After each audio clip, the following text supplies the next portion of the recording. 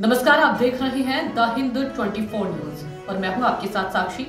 आइए नजर डालते हैं आज की बड़ी खबरों की ओर। वक्फ संपत्ति से जुड़े नए बिल का जिले के इमामों ने विरोध किया है। शनिवार को प्रेस क्लब ऑफ हुगली में त्रिवेणी गाजी दरगाह, बांसबेड़िया जिन्नाती मस्जिद, सप्तग्राम नमाजगढ़, बोरोपाड़ा सुफिया, खागड़ा जोल, चांपदानी एंगस और रिसड़ा बिचली मस्जिद के इमामों ने इसे अस्वीकार करने की घोषणा की। उन्होंने कहा कि वक्फ संपत्ति मुस्लिम समाज की सांस्कृतिक धरोहर है और इस पर सरकारी दखल बर्दाश्त नहीं होगा। वे इसके खिलाफ कानूनी लड़ाई लड़ने और आंदोलन की चेतावनी भी दी। इमामों ने वक्फ पर अवैध कब्जों का विरोध जारी रखने की बात कही और जो साथ नहीं देंगे उन्हें समाज से अलग मानने की चेतावनी दी।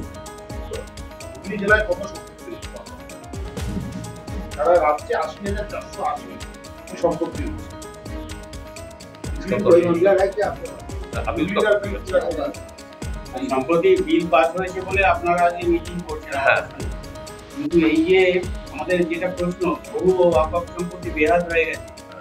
ওয়াকফ সম্পত্তি দুটো স্টেটের, একটা পাবলিক ওয়াকফ, একটা প্রাইভেট ওয়াকফ। এই যে পাবলিক ওয়াকফ একদম বিলীন হয়ে গেছে। এর জন্য আমরা ওয়াকফ বোর্ডকে ডিক্লারেশন দিয়েছি।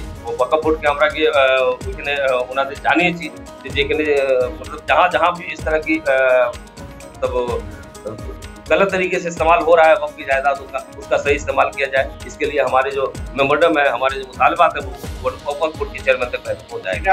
আপনাদের কাছে ডাটা আছে যেরকম হুগলি জেলার কত সম্পত্তি ছিল আর কতটা বেহাত হয়েছে? कम से कम जो डाटा हमारे पास है, हम जिस मस्जिद में है वो चूँकि वक्फ की मस्जिद है और वहाँ की बहुत सारी जायदादें जो है वो गैर कानूनी तरीके से कब्जा किया गया है और उसके लिए वक्फ बोर्ड में मेमोरेंडम दिया गया है, जिसकी कॉपी हमारे पास है।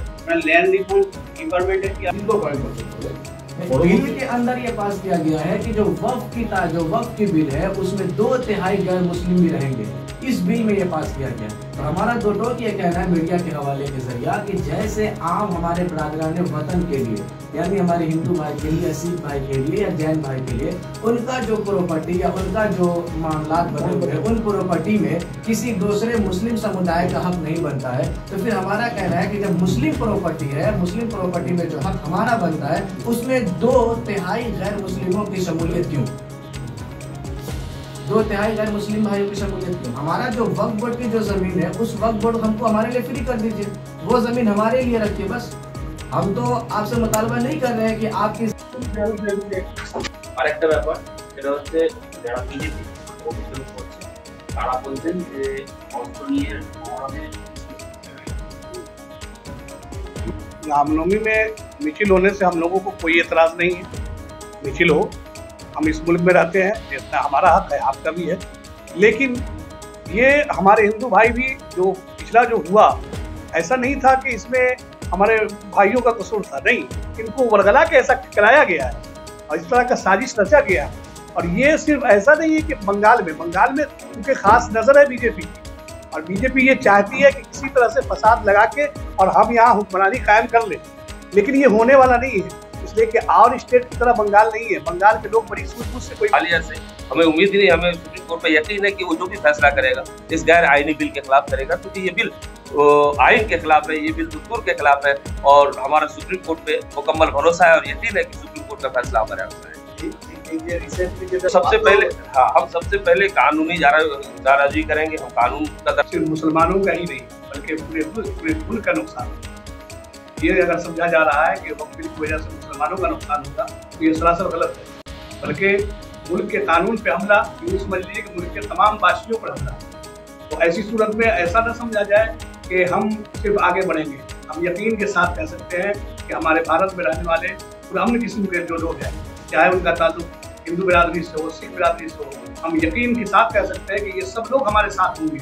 और उस वक्त हुकूमत को ये मानना पड़ेगा कि हमने जो फैसला किया गलत फैसला किया, और हम यकीन के साथ कहते हैं कि हम अपने खून का आखिरी कतरा बहा सकते हैं, लेकिन इस कानून को मानने के लिए तैयार नहीं हो सकते।